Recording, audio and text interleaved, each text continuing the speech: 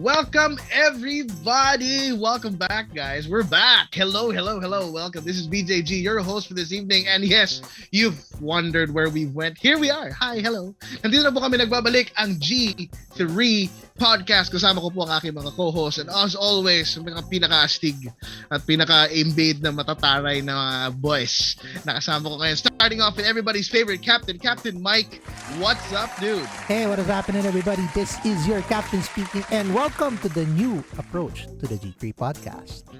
Yan, new approach. Yan. Speaking of a new approach, ang araw-araw, iba-iba ang approach. Right now, medyo maganda ang buhok na ngayon eh. But it's Kagawad Ravenize is in the house. Almon, what's up, dude? Natutuwa ako sa'yo, BJ. Bakit? Hindi kasi if you guys watch Wayne's World, may inside joke sila doon na when you count, you don't say the last word, the number one word, like 3, 2, and then yun, intro. Yeah, wag mo naman, binubuko mo naman yung edad namin ni Mike. Pero, yan. And of course, last but not the least, kung nakita nyo ang Wayne's World, dapat napanood nyo ang Kill Bill. This is the guy who later became Master Pai Mei. Noch is in the house. Paring Suabe, what is up, dude? Hindi ako si Pai Mei. Ay, hindi ba? Ako si Tom Scariselec. Ay, nagpalit ng bigote. Ibang klase yung mga kulay mo sa buhok, ha? Siyempre, hello. Siyempre, no, dahil this is a new season, kaya dapat bago ang style. Kaya, hello mga kaibigan, what's up? That's right. It is indeed the next season of the G3 podcast. Welcome everybody. We've taken quite a different approach, as what Captain Mike said, but you can still expect the same kind of shenanigans, the same kind of kalokohan, the same kind of fun that we used to do back in the day, pero back a few seasons ago. It's been a while since we've all been online, so maybe we could, update our friends, mga kaibigan, kung ano ng mga pinagagagawa natin dyan. Let's start off with Captain Mike. What have you been busy with? And I heard you have some stuff coming up for your audience at Captain Mike. Kamusta, pare? Yeah, I'm doing good naman, ano. Actually, today, in this very recording, I just turned 3 years with my first Facebook live stream. Happy anniversary. So, shoutout nga pala sa lahat ng nagpa-follow dun sa page. To the brands who are constantly supporting the pages that we have, and looking forward to working with you as always. Yeah. Looking forward. Parang nag-a-apply. Oh, bakit ba? Oh. Talaga yan. Speaking of looking forward, one guy who's kept going on, and I am very sorry I haven't been active, pero madalas ito si Kagawad hindi tumigil to eh. How's your streams? Kamusta? And I know you've started playing Red Dead Redemption again, right? Red Dead Redemption 2, right? Mm-hmm. Yeah. Nag-start ako dun kasi to be honest, wala na akong gana maglaro talaga ng games lately. Walang magandang games lately. Kaya syempre, of course, I'll go back to the games that I love. So, yeah. Right. And just before I move on, just a huge congratulations to Captain Mike and Kagawad Ravenize kasi recently, Saturday Showdown it's been a hit. We've been watching that. If you guys haven't had the chance to go check it out, we have another one coming next Saturday. It's in collaboration with Secret Base. So shout out to Boss Calvin of Secret Base Esports. Boss Calvin, astig yung mga tournaments nyo, pare. And we have a next one. We have the next one coming in September, tama ba? Yes, September 4. Right. So that's been going on. Kagawad's been busy, maraming tao ngayon eh. So inaano niya yung mga tao na mag-funnel sa FGC. Now, Notch, pare, ikaw, kamusta ka, pare? You've been very busy with work. You're very respectable. Yan. Oh, di ba? Tom Selleck, iba ang kulay ng buhok, ibang kulay ng kilay, ibang kulay ng bigo, ibang klase. Kasi kinulang ako sa budget eh. Dapat magkapakulay din ako ng buhok, pero hanggang bigote at kilay lang. Inabot. Wow. What's up with you, man? How have you been busy? Well, work of course as usual. As everyone knows, medyo tumigil ako sa streaming kasi I didn't feel like it was really for me. So, ano lang, I'm getting my bearings. Katulad ni Almond, no? I guess it's part of life na medyo you're stepping back and looking at your surroundings. Tinitignan mo kung ano ba dapat ang ginagawa mo ngayon. No? So, I still enjoy this, enjoy what we're doing, our podcast, maintaining our social media, no? But streaming, it might come soon. I'm not sure. Tingnan natin, diba? Tingnan natin. Pero I heard you started reading, you started catching up in your comic books and your graphic novels, right? That's what you've been up to, man. Oh, that's true. That's true. One of my favorite topics, huh? Actually, what are you reading now?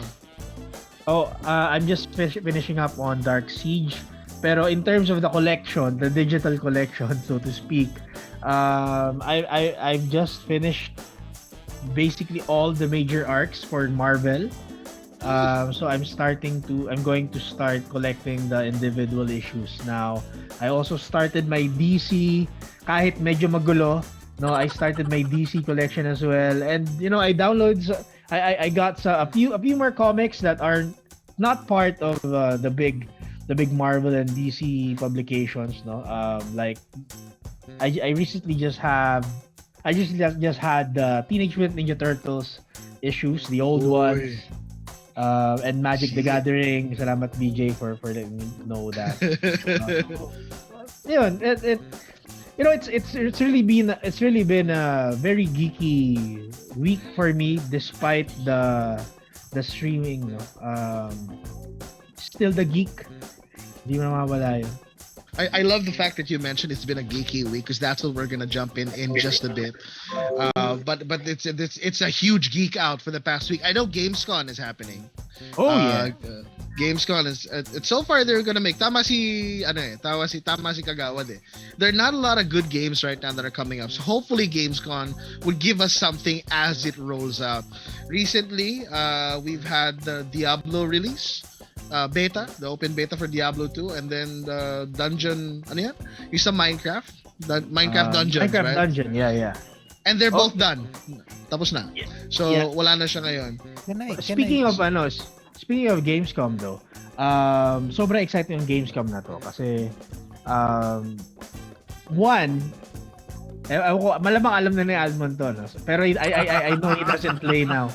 Genshin Impact to. Genshin Impact will be announcing something I think big in Gamescom. Aside from that, we'll also be seeing Teenage Mutant Ninja Turtles Shredder's Revenge.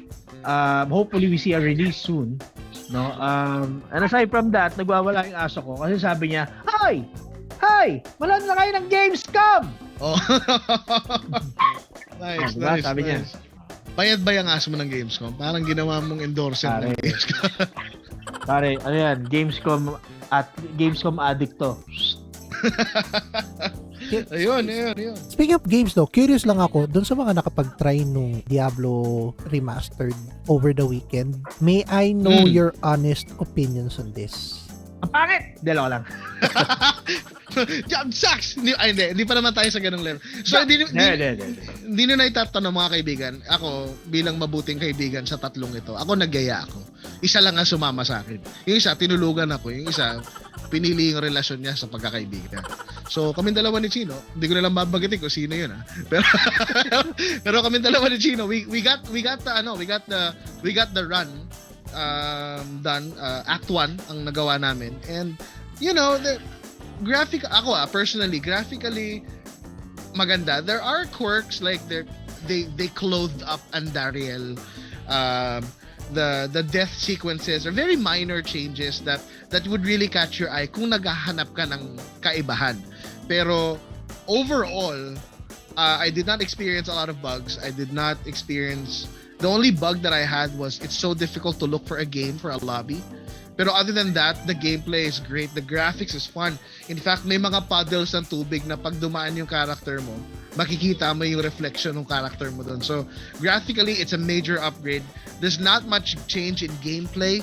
So, it really does feel like Diablo 2. I don't know about you, Chino. When he's back, when he's dealing with his games. Ginugulpi yung aso. Manonood ako ng games ko. Relax ka lang. Tatawa ako kanina. Uminom ako, di ba? Uminom ako ganun. Tapos sabi, oh shit, nasa YouTube, tatakpan ko to. Oh, hindi. Takman. #backandman. Malay mo. Ikaw, Chino, pare. I mean, during our run, as short as it was a late night run eh. Pero natapos namin ni Andariel. Anong take mo dun sa Diablo 2 Remaster? Naka-mute ka, bro. Ano? Sige, ano? Suntukan. May honest opinion lang to. Graphically, syempre, sobrang ganda niya, di ba? I mean, even the movement itself, okay. Although may mga binanggit si Joshua doon, si Trickster, na yes, na I totally agree as well. Ang nakakalungkot lang doon is, there isn't really anything new, no? There's nothing new. Visual graphics, yes. Aside from that, wala. Nothing else. But this is just the beta, diba? Beta pa lang to, and I haven't even seen the assassin. I haven't had an experience with the necro. No? Ay, wait. Let me just interject. Yung pala yung biggest problem ko doon. Diyos me! The reason why Diablo 2 was Diablo 2 is because of the Necromancer, and they chose not to put it in the beta. I was stuck with a paladin. I'm a Necromancer user ever since. Yun lang ang gripe ko doon. Talagang bad trip ako nung hindi ko nakuha yung Necromancer. Sorry. Nawalan talaga ako ng gana doon. Well, it's fun. Pero yun nga it's kaya tatanungin ko for Almond and Cap. When you say a remaster, if it's exactly the same game, just graphically updated, is it a good thing for a remaster? That is a high fidelity, almost 100% fidelity of the old game. Is it a good thing, or are you expecting something new? Not necessarily different, but something new added to the experience. Simulan natin bago yung sagutin yan, let me just say this, no. The reason kung bakit sinabi ko there was nothing new, kasi I was looking for a burst of excitement, di ba? Kasi the first time I played that Diablo 2 before, sobrang na-excite ka eh. Diba? Sobrang nakaka-excite eh. And then, when I played it nung naglaro tayo, syempre, na-excite ako dahil it's a remake basically. Pero yun nga, parang I was hoping for something new to feel. Pero katulad na sinabi ko, this is just the beta. And syempre, di man tayo mag-expect eh. But still, once the full game releases, which I plan to buy, by the way, di yan alam, Necromancer. That's the only thing that I want to play as. Totoo lang. And the Amazon, but yeah. Sige, Kagawad. Anong say mo dun sa 100% fidelity or at least very high fidelity remaster? Nothing added to the game experience. Yeah, well, when you say remaster, this has been a controversial topic in a long time. When you say remaster versus remake, remaster just ups the game, graphics, it just updates it. Yeah. If they, if they promote it as Diablo 2 remaster, then just expect an upgraded graphics. Same gameplay and a few balances, para mabalance lang yung game. But when you say a remake, it's more like they're gonna add something new. Like Final Fantasy 7, right? Like a total reorientation. Yes. Mm-hmm. Exactly that. Yeah. Actually, a good example. Right. Yeah. Same with Yakuza 1. So Yakuza 1, Kiwami. That was the remake, diba? Kasi they used the gameplay of Yakuza 0 and put the story and the whole settings of Yakuza 1, diba? Yun yung mga remake talaga, yung mga ganun. Right. Remaster, I think it's a good thing actually, especially for Diablo, because you're gonna play it how you remember it. That's the whole point of it. Right. It's not like Diablo 2 is introducing this. I mean, yes, they are introducing it to the new audiences, pero It's more like they put it out there just for the people who loves the game. So it's fanfare. Ang sinasabi Right, mo. yes. It's fanfare. Correct. Ikaw, Cap, were you able to try it or based on what we told you about how it went, anong masasabi mo sa ganong atake ng Blizzard? Ang atake kasi ng Blizzard is at least dito for the goal is to improve the experience to the new generation of players. Kasi I played StarCraft Remastered eh. May mga added features sila just like the orientation, no, ginawa nilang 16:9 na yung orientation, in-improve nila yung graphics.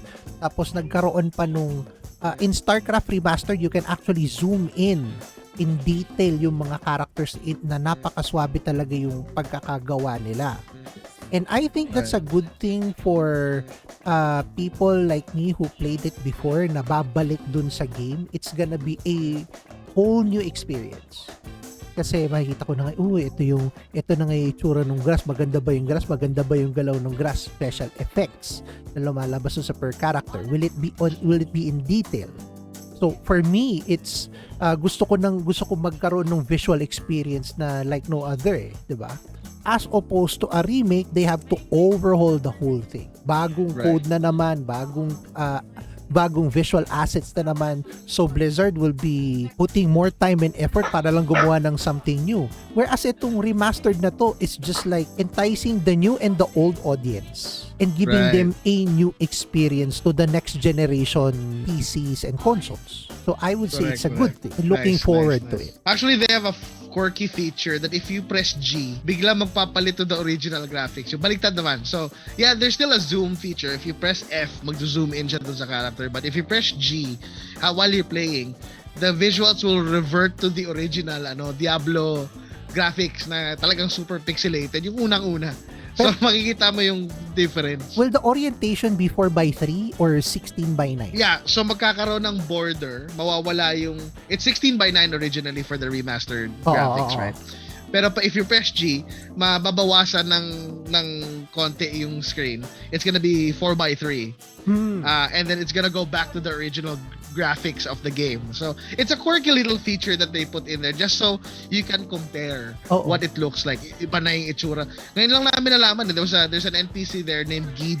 Akala namin matanda siya. Yung pala, he's a big fat average looking dude with a metal cap. So sa original game, akala mo puti yung buhok niya. Yung pala naka-cap lang siya. So there are graphical quirks like that. So that's nice. Ako sana lang I hope for more yung mga additional characters compared dun sa mga dating games. Para would give them more reason to buy the game. Right. The option of changing that to 4:3 alone, yung mga square na monitor, for those who don't know what it is, bibigyan nila ngayon ng experience yung itong mga taon to na new characters, new layouts, yung at least bagong visual experience. For me, that's what I'm hoping to achieve. Kasi bibiliin ko rin yung game, by the way. Nice. Anyway, it has been a geeky week for all of us. And again, we're very happy that we've come back. This is the second season. And speaking of the geeky things, it's a good thing that Notch brought us up because we're going to be tackling the latest, geekiest thing as of the 4th week of August. Something has dropped recently, which we will now feature into our Rated G News.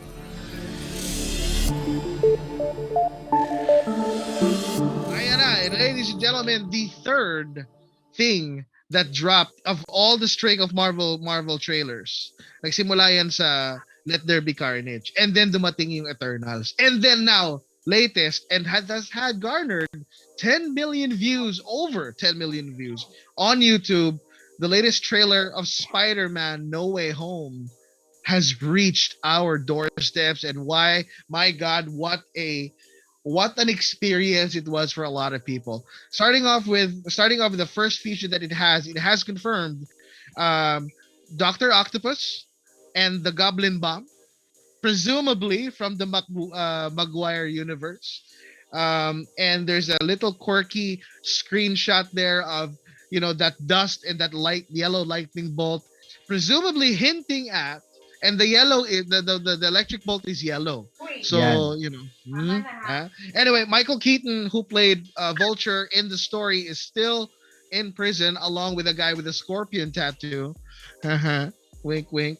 And there is even a lizard reference, which is part of the Andrew Garfield universe. Let me get your thoughts on it. A lot of people were happy, but the biggest question still remains, and the elephant in the room is that where the hell is Andrew Garfield and Tobey Maguire? Let's get your thoughts first, Kagawad. Nung una mong pinanood do, ano bang silakbo ng iyong damdamin? Ano naramdaman mo? Ikaw ba'y nahulog ang brief? O sumikip lalo?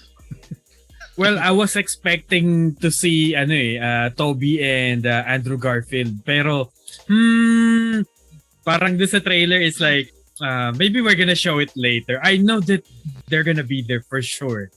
It's a damn multiverse, and right. like out of all the upcoming MCU movies, like this was the most anticipated trailer, diba? Right. Kasi like the rumor mill that's been going on these past few months, like ever since the pandemic started, na they're gonna have this multiverse and all that, blah blah blah, and malakas yung rumor mill sa Spider-Man talaga eh. So when I finally saw the trailer, I was like, God damn! Andito na nga si Doc Ock, diba?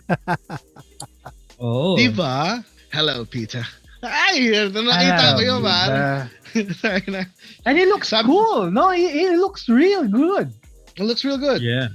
Looks real good. Yung sasabihin ko lang, I have a question to pause it later. I have a situation to pause it later. Pero sige, Cap, ikaw, I know when we were talking, sa GC, you had a question, the premise of the story there is. But how did you feel about the latest trailer? Nung pinanood ko siya, first thing, pagising ko pa lang na ganun, lumabas na sa GC, di ba? The trailer is up. Yung kagad yung pinanood ko eh. Na-shock ako kasi there are characters. May mga nagpakita na alam mong highlight na kagad, pero may iba na parang nagtatago pa eh. Sino ba magpo-portray ng role na to? My personal questions are, itong si William Dafoe ba? Babalik? Will the guy played Sandman or Lizard will appear? Yung mga characters na nagpakita, kasi if you watch the trailer several times, you will see some hints of some characters na hindi pa nagpapakita. So you have to watch it over and over again.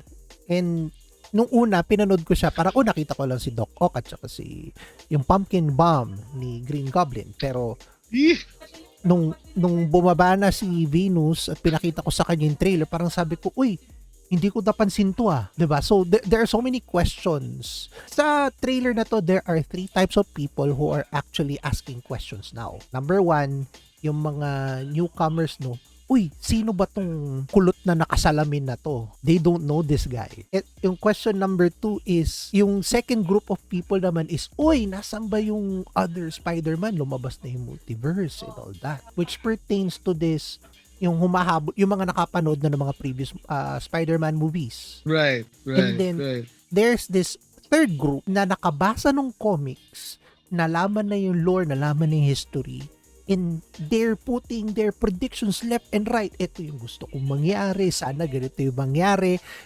Ito yung group ng people na doesn't want to be disappointed. Yeah. So, I feel itong third group na to are getting their hopes up, and Marvel, to its reputation naman, made this third group happy and everyone happy in the process. Correct. Kaya ako personally, I'm excited for it. I hope they release another trailer between now and before it releases. Oh, I'm sure.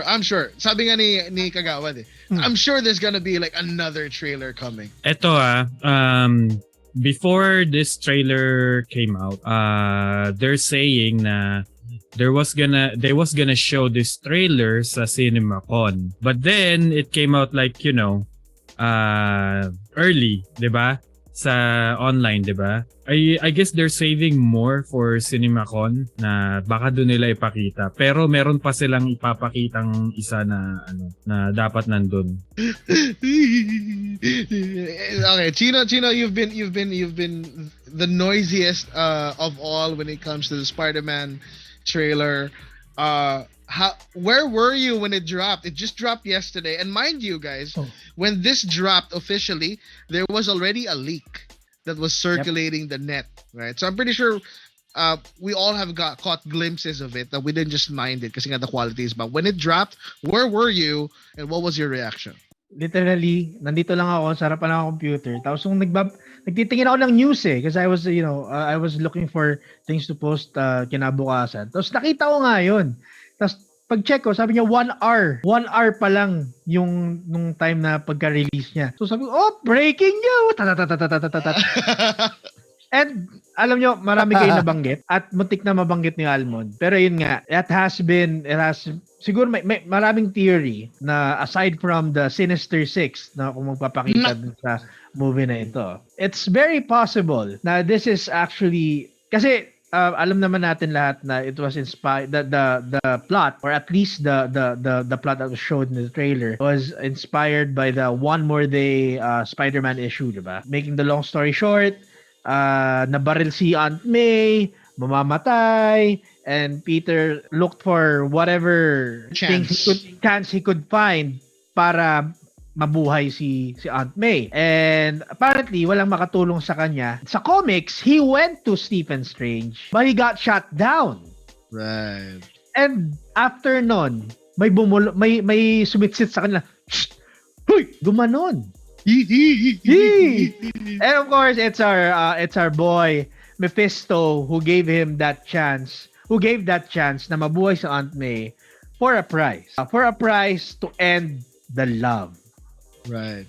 Right, 'di ba? Now, pag nakausap na ni Spider-Man si Mysterious Stranger, biglang pinakita niya na siya pala talaga si Mephisto, and again, he gave the chance na mabuhay sa Aunt May, pero Mary Jane will forget their relationship. Well, siya and Mary Jane, walang relationship. Walang relationship.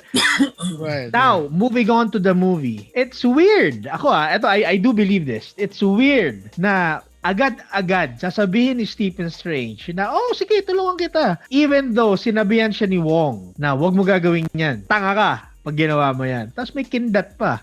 Diba? So, there's a certain kind of may twist. May weirdness to how Strange said yes to Peter Parker Siyempre alam naman natin na sabi nga doon sa trailer na everyone will forget who he is. Right. Or who Spider-Man is kahit sila Mary Jane and his aunt. Which is very close to One More Day. Pero may scene doon sa train scene. Nako. Sa train scene na walang suot na cloak si Stephen Strange, and it looks like he was somehow attacking Spider-Man, and Spider-Man was getting the hell out of that train scene. Parang ganon. Yeah. So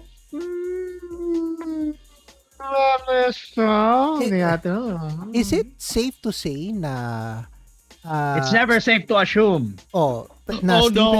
Stephen Strange has a very big role in this movie. No. Kasi No. I asked the boys over at the GC. Pay attention to the trailer several times and you'll think the same way I was thinking about it na Doctor Strange in the past movies napaka-strict, napaka-stiff na tao, and then Infinity War. Then suddenly he changed his personality for Spider-Man. Why? Aside from that, that's a very good point. I like that point. Pero aside from that, ang masasabi ko lang is, aside from all of these things na nakita lang sa trailer, di ba? The Spider-Man 3 movie is supposed to lead or supposed to somehow promote Stephen Strange movie, which is the Multiverse of diba? Madness. Oh, the Multiverse of Madness. Now, you have to think, nasan si Stephen Strange before this Spider-Man movie? He was supposed to go to Wanda. Alam naman natin si Wanda was not in the States. Wala siya sa US. Right. So, it's possible nga 'Diba? It's possible na wala si Stephen Strange doon and someone possessed Stephen Strange. Hindi natin alam kung sino. At nakakapagtaka. Nasaan talaga si Stephen Strange in all this? 'Diba? He was supposed to go to Wanda kasi nga based on comics, he's actually a teacher of Wanda as well.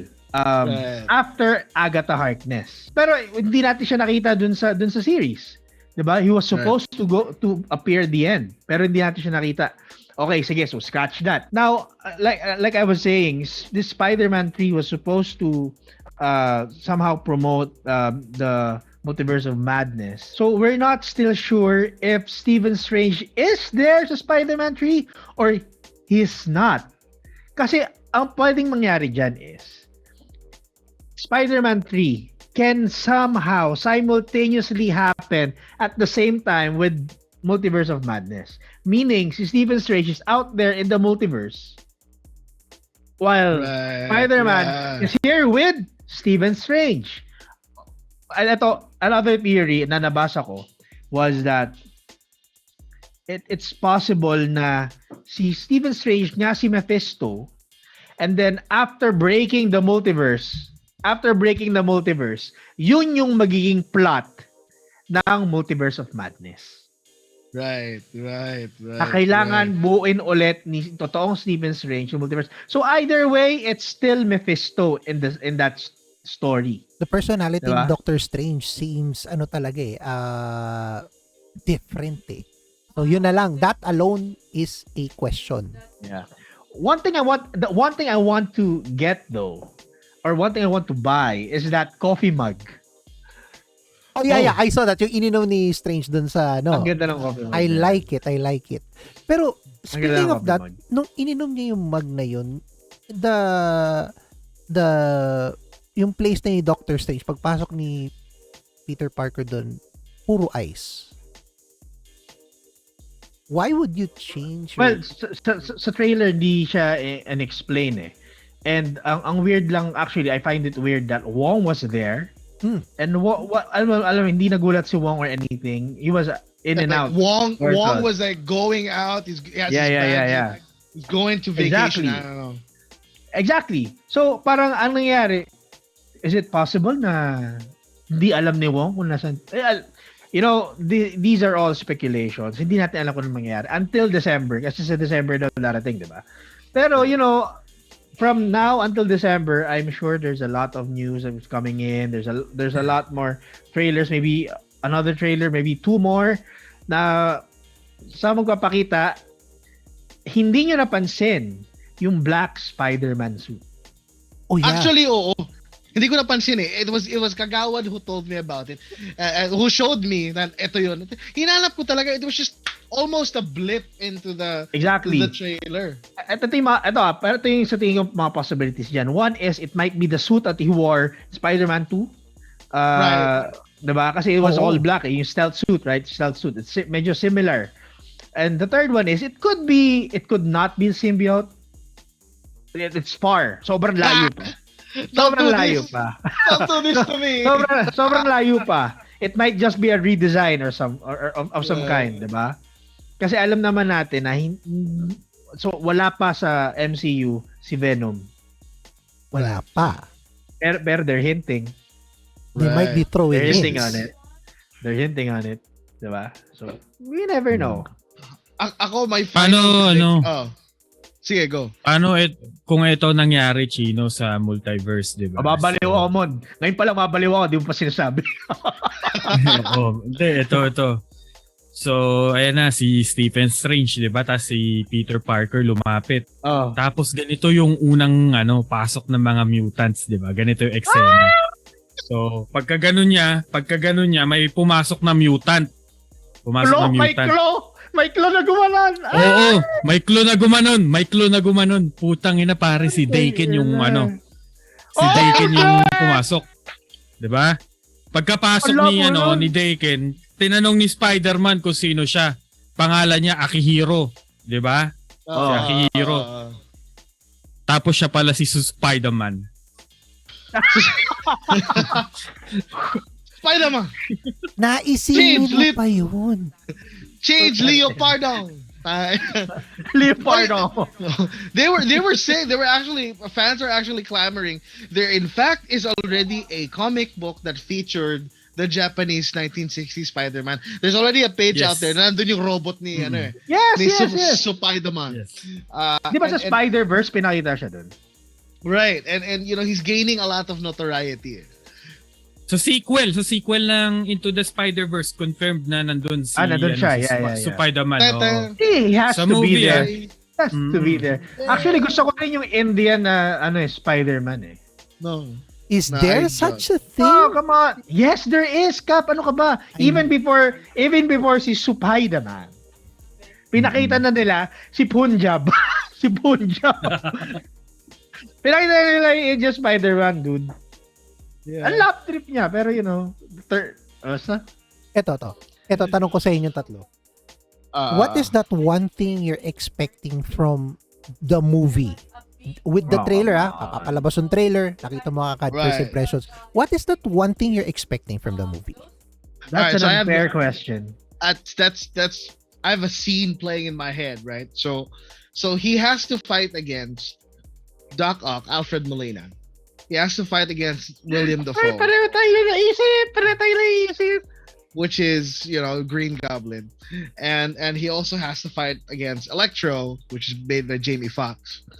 And whoever the current MCU Spider-Man villain is. Obviously, he's outnumbered, right?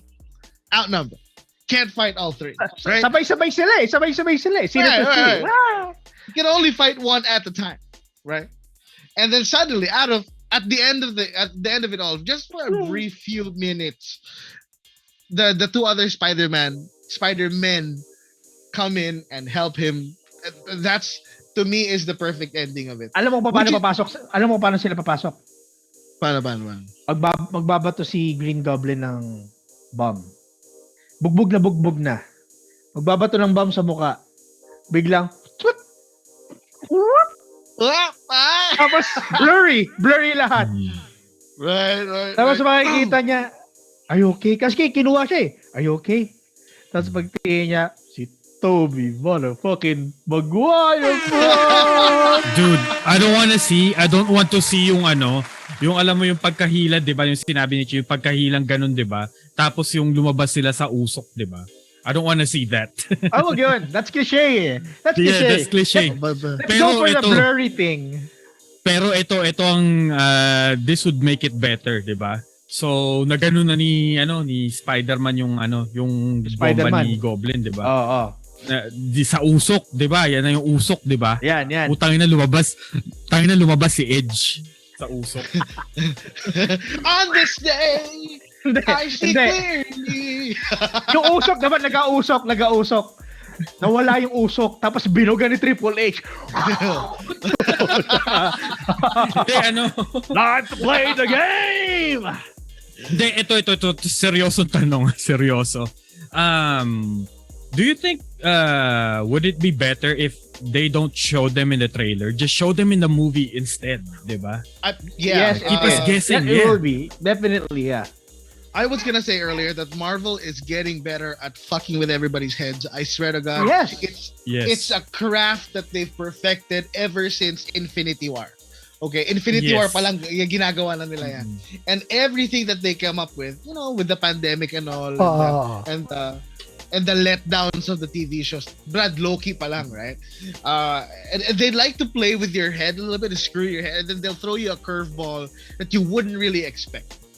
Right? You wouldn't really expect it. Case in point, we expected the Maguire and Garfield, and they gave us the bad guys instead. So obviously we're gonna think that the two guys are gonna show up. Obviously, that's what we're doing now, right? I'm pretty sure they're gonna throw something different, or at least if not exactly that, they'll throw something else. Iba yun. Yeah. I just When BJ said, when BJ said that, you know, they've been fucking with our heads like since Infinity War, I think he was thinking about when Cap got the hammer. I think that's what he was thinking. That's precisely Diba? because there's no inkling in the trailer. Nothing of it was mentioned, right? Mhm. And then you just realize, tapos with the accompanying sound na talaga sabi ko Yes. Ang pinanood ko sa sinehan yon, lahat kami, as in, dude, I swear, that was the only movie that we all one of the best scenes. cheered, we all stood up. Oh, yeah. Cheered and cried as a family. As in, my dad, as big he is, and he's a man's man. Talagang lalaki. Pero he's crying with joy. Like, yes, this is not the night. This is what I've been reading comics for the longest time. Nung pagbukas ni Steven Stray ng portal, dude, sobrang naluha ako. Sabi ko, tang ina, ang layo na ng pinagdaanan nila. But get Diba? this. For me, it's the battle cry, dude. The battle cry nung Avengers Avengers Assemble. Yun na. That was the climax. Yes. By the But way, here's the thing. I'm repeating all the MCU movies now. Talaga. I'm at Incredible Hulk, so I'm done with 3 movies okay. now. Nice. But here's the thing. We all knew this was gonna happen. We all knew that at some point, some magical way, things are gonna come back, right? We all knew na gagawa sila ng paraan, people are gonna come back, and it's gonna be epic. But what we didn't expect, and what Marvel has perfected in the manner, in the subject of fucking with people's heads, is the manner of which it is going to be epic. Yung degree kung paano kanila gugulatin, yun ang ginagawa nila. And right now, look what they're doing. We're talking about it now, it's not even out there. And I'm pretty sure it's going to be something different. It's something we weren't expecting, and that's what Marvel has done ever since Infinity War. Hey, you still have the Fantastic Four coming. You still have Blade coming. You still have the XMen coming, right? Namor, Dr. Doom, Doom's coming. There are a lot Black of Panther speculation 2, as to who's the next big bad guy. Ironheart. Dami pa. I have a different question this time. What is that one thing that will make you disappointed in this movie? Pinanood mo. What is that one thing you don't want to see in that movie? Nawala si Garfield and si Maguire, man. Yes. Ako para doon Kasi they've been hyping it up eh. This is Marvel doing its thing na hype up nila yung idea of Maguire and Garfield in the movie. Tapos pag wala siya, tangina, I think everyone will say, rip off to! Kahit pa nandun si Willem Dafoe. Right. Yes. Pero siguro, that's an interesting question because it really made me think. Not having Garfield and Maguire there is the most blatant answer to that. But one thing that would really disappoint me is if this does not connect to Sony Picture titles. Like there's gonna be no connection to XMen. Yung ma-dissolve yung connection to the multiverse. Yeah. There's no mention after that. Like, what are we gonna be left here? Like, okay, there's no mention of not really mentioned, but there's no connection of a possible Venom, a possible X-Men, a possible WandaVision. Yung contained lang siya doon. Then I'll see it as a huge fanfare. I'll see it as a huge fan service. It was great. It was fun. Walang connection, no? Yes, kung hindi in advance yung plot ng multiverse, I'd be very disappointed. I want to see what's gonna happen next in the multiverse. At least Wanda, right? Tapos lumabas yung clone ni Wolverine, ano po? Paano pag sa post-credit scene, may biglang bumagsak, kulay itim. Tapos nakita sa scene naglalakad si Peter Parker. Tapos gumanon bigla.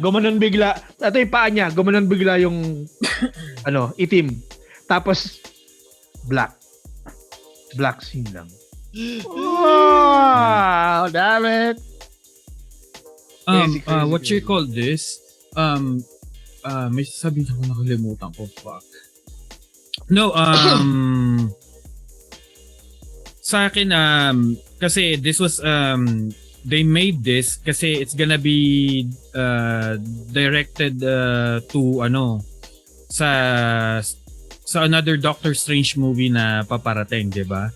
And they've been hyping it up as, one of the scariest movie that Marvel made, 'di ba? So, doon sa mga theories na nasabi natin kanina about Mephisto. So, yes, maaring makita natin si Mephisto, 'di ba? So, if sa akin I'd be disappointed if yung tulad ng sinabi nyo, wala siyang connect sa multiverse and all that, 'di ba? I mean, multiverse lang siya sa realm na 'yon, 'di ba? Pero sa akin is madi-disappoint. Yun lang talaga sa akin, yung Tobey Maguire and Andrew Garfield if they didn't appear in that movie na that's a big letdown. Me too, yeah. Since nasagot nyo na yan, yung kay Andrew Garfield, kay Tobey Maguire, pag hindi sila nagpakita, so I'll come up with probably two things. No? One is, if they got the story too dragging for the viewers. Remember, Marvel movies takes at least 2 hours at a minimum na ngayon. So, kung naging dragging yung story, then probably I'd be very, very disappointed. And number 2, kung walang surprise sa movie. The Marvel movie should have a surprise factor na papatayo ka sa upuan mo. You know what's a good surprise? Thunderbolts. Oh, no! No, Alright, Dude, Red Hulk is coming, dude. The Red Hulk is coming. No, let's talk about our post-credit scene on this movie. Chino, what would be your post-credit scene? Yung totoo ba or yung wish ko? Yung wish mo, yung realistic way na Okay, realistic, sige, realistic. Kasi sabihin ko sana yung Black Symbiote. Pero realistically, something that can connect to something that connects with Multiverse of Madness, definitely. If it serves true na si Mephisto nga si Stephen Strange, then I think by the post-credit scene, Strange will come in, check on whatever's happening on the Sanctorium, and then biglang may mapapansin siya na na out of place. Then he opens up a portal that comes in, then close. Okay. Sa akin yun. Okay. As simple as that, As simple as that. Pero ang maganda kasi doon kasi nandun yung connection na sinasabi mo, BJ. Right. Diba? Nandun yung connection na sinasabi mo. And I think it can also give a hint of what the plot will really be, or who will the big bad be. Si Mordo ba? Kasi 'di ba, alam naman natin sa first Stephen Strange movie, 'di ba? Nawala si Mordo out of the picture. 'Di ba? Yep. Alam. Okay. Ikaw, Cap, ano yun sa'yo? Or si Shumagorat. Lumawat bigla. Ako, I would biglang magpapakita ng iba pang Spider-Man na hindi napakita do sa 2-hour na movie. Yun na, si Spider-Man na. Hindi, I mean, sige, pagpalagay natin yun nga, then probably Bilang dumating. Spider-Man. more Spider-Mans in different multiverse sa ending na magpapakita pa other than the 3. Yeah, Porky Pig. Si Porky Pig. Spider-Ham. Spider-Ham. Porky Pig. Kasi it would be fun kung lahat sila magpapakita sa ending, telling us na there might be a movie na Multiverse of Madness, no, isa. Tapos on the other side naman yung Spider-Man Multiverse naman na sila lang ang naka-highlight. True. So, yun yung sa akin. Right. Ikaw, Mon, ano sa'yo? Well, sa akin, tulad yung sinabi ni Mike na may ibang Spider-Man na magpapakita. I mean, to be realistic, ito ang scene ko. So, like out of nowhere, a kid saw 3 Spider-Mans like swinging webs together and all that. And that kid is Miles Morales. Teenager na pala. Teenager na. I knew it. I knew you were going to say that. And then out of nowhere, yes, Miles Morales yung Kasi nandun na tayo sa concept ng multiverse eh. Oo. Tama. Diba? Nandun na tayo. I knew it. Nice. Ang weird lang if they start showing Miles Morales. Because of the game. Pero alam naman natin, Miles Morales will only show up if the multiverse, yung Ultimate Multiverse will be happening, or at least something else na iba, 'di ba? Kasi 'di No, ba? kasi kasi itong movie is its own universe, 'di ba? So the Ultimate Universe and the Earth 616 universe is combined siya. Na dito. Yes, And then remember this. Remember when the snap happened, 'di ba? Everyone aged, 'di ba, ng 5 years, 'di ba? Yung mga bumalik, 'di ba? Yes. Ay yung mga yung mga tawag dito. Yung mga bata, 'di ba? Nag-age yung iba, nagkaroon ng growth spurt or something, 'di ba? So, I think Miles Morales is affected ng ganon, kaya teenager na siya dun sa na yun. 'Di ba? That's a good post-credit scene. I'd love to see that. There was a Miles Morales Easter egg in the Homecoming. Yeah. Right. Yes. Right. I mean, of course, if it's a multiverse, everybody exists. It just doesn't exist the same way as you would think. Yeah. So definitely there is a Miles Morales. You can expect that it's there in the MCU. So yeah, I was expecting he would say that the Miles Morales thing is gonna come out. Me too. Nakita ko na sa mga mata ni Almond eh. Nasa mga kislap ng mata ni Almond si Miles Morales. No, remember the first Spider-Man movie sa MCU, 'di ba? His uncle was there. Remember? Yeah, which 'di ba? Yeah. That's that scene in the car, and his uncle in the comics is the Prowler. So you know. Yes. Childish Gambino. Diba si Childish Gambino? Yes, Childish Gambino. Right. You know, there's so many things actually that has happened. You know, we could go on and on with the speculations. Don't forget, the Eternals also just dropped, so we'll talk about that sometime soon. A lot of great Easter eggs there as well. We've had Let There Be Carnage, as I mentioned, as the latest trailer that dropped from Sony. But yeah, we're all excited. We're all geeked up talaga this week. So, yan ang resulta ng mga nagpapahinga na. It's good to be back around this time. Huh? It's nice.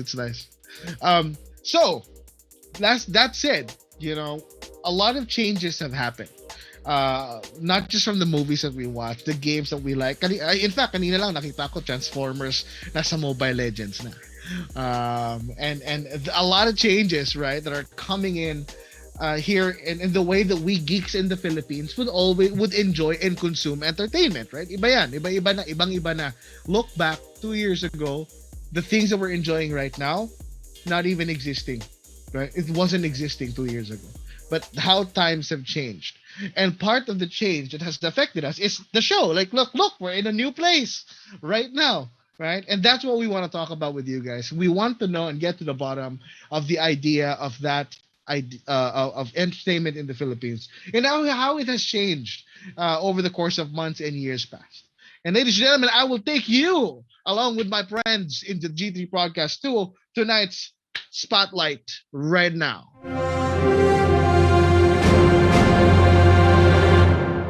Ladies and gentlemen, what we are talking about is exactly the two things that have changed in the way we Filipinos consume engagement. Ito mga kasama mga repapoops natin dito. I'm pretty sure they consume this thing. I will mention two things, and of course, the one thing that we're part of is FB gaming. Streaming in the Philippines has changed by the way it was 2 years ago or even last year. And the next thing to have come out of nowhere is TikTok. So much so that YouTube already created its own version, which is YouTube Shorts.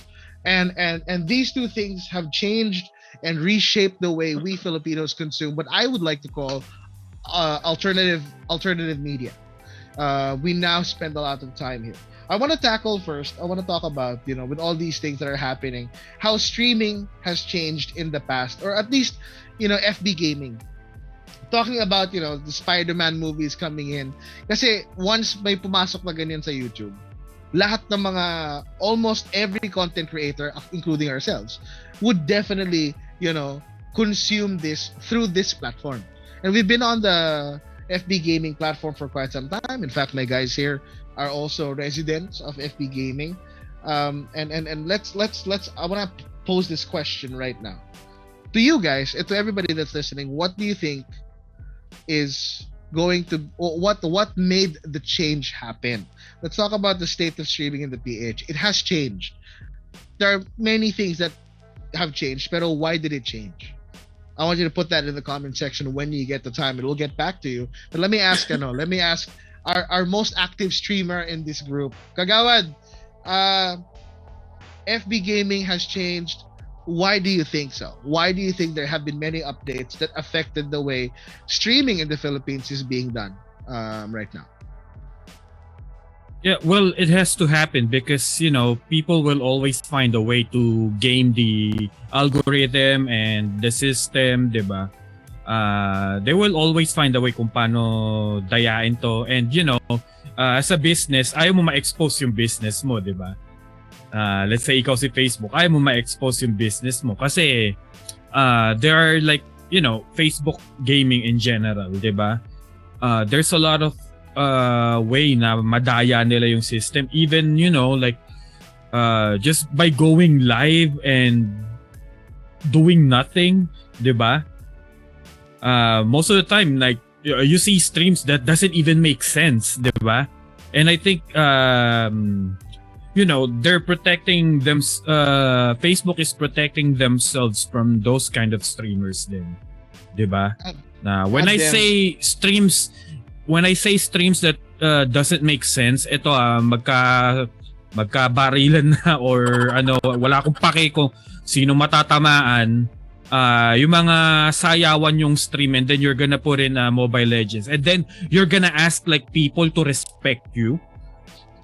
Come on, man, like you're marketing yourself as a Mobile Legends streamer, as a gamer. And then all you're gonna fucking do is just dance and then video call. Now what the fuck is that? Like, what the fuck is going on with streaming nowadays? Right. You ask Kagawad and he comes a swinging, baby. That's what I like about this. It's awesome. Now I want to focus the attention to Noch. Noch, you have taken a backseat when it comes to active streaming in the past month, right? But that does not mean that you have not seen and observed what Kagawad Almon has just mentioned. Totoo yung mga sinabi niya, and we're gonna delve into that too right now. Pero ikaw, ano yung napansin mo? Ano yung actually mong na-observe in the scene as to how it changed, why it changed, and are you happy with the change currently now that you're not in the game right now? Well, alam mo, honestly, not to butt heads with anyone, or no offense meant,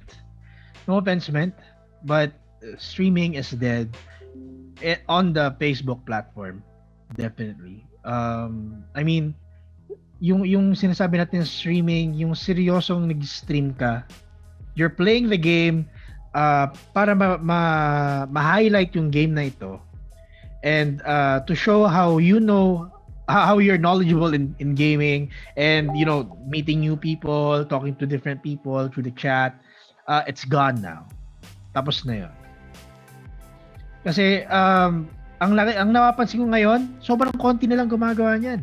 Yung literal streaming talaga, sobrang konti na lang. I can just I can count sa mga kakilala ko, I can just count with less than 10 people that I know that are really serious in what they're doing. Syempre counted na to si Captain Mike and si Almon, di ba? But yeah, even the bigger names, medyo lumalayo na sila doon. They're starting to get serious with sponsorships and yung sponsored streams and all that. Wala na yung totoong passion for streaming, talagang maglalaro ka. Wala na eh. Wala na yung totoong passion for gaming. No? Wala na yung passion for gaming. It's over. Tapos na sila. Tapos na siya. Ay, ano ba yan? Tapos na siya. Alam mo ano yung makikita mo ngayon? Bakit? Ay, wala na. Nagulat lang. Guys, when we talk about passion, right, the passion for gaming, it's over. That's done. It's garbage. They're garbage. It's garbage. They're out. It's out of the window. Dahil nga, because of these new streamers, they're coming in. Yung mga yung mga magpapakita ng whole body habang yung background mo Mobile Legends. Yung mga ganon. Yun yung kill shot moment ni Chino. Oh. Yun yung kill shot moment ni Chino. Yung passion for gaming is over. Yun. You can quote me on that. Fucking, we're gonna turn it into the goddamn hashtag. Damn it. Yun na yun. Hindi, pero seryoso, 'di ba? Ano ba nangyayari sa streaming world ngayon? May nangyayari na even Twitch is affected by this.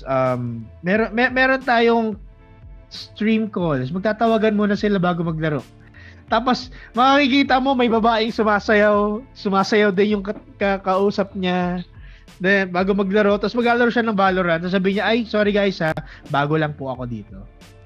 What the fuck is that? Ano 'yun? 'Di ba? You know that stream call not only pose risks for the person who is calling or is being kaya called. nadali si ano ba? Ikaw nagsimula na ito eh. Right. Meron pang there was a time when they video called and this person was getting busy waxing his carrot, if you know what I mean. Ayun. Hindi lang, marami na. Meron pa iba. Siya yung unang-una eh. Siya yung una. Siya yung una-una eh. Again, katulad sinabi ko, not only Facebook is affected by this, also Twitch.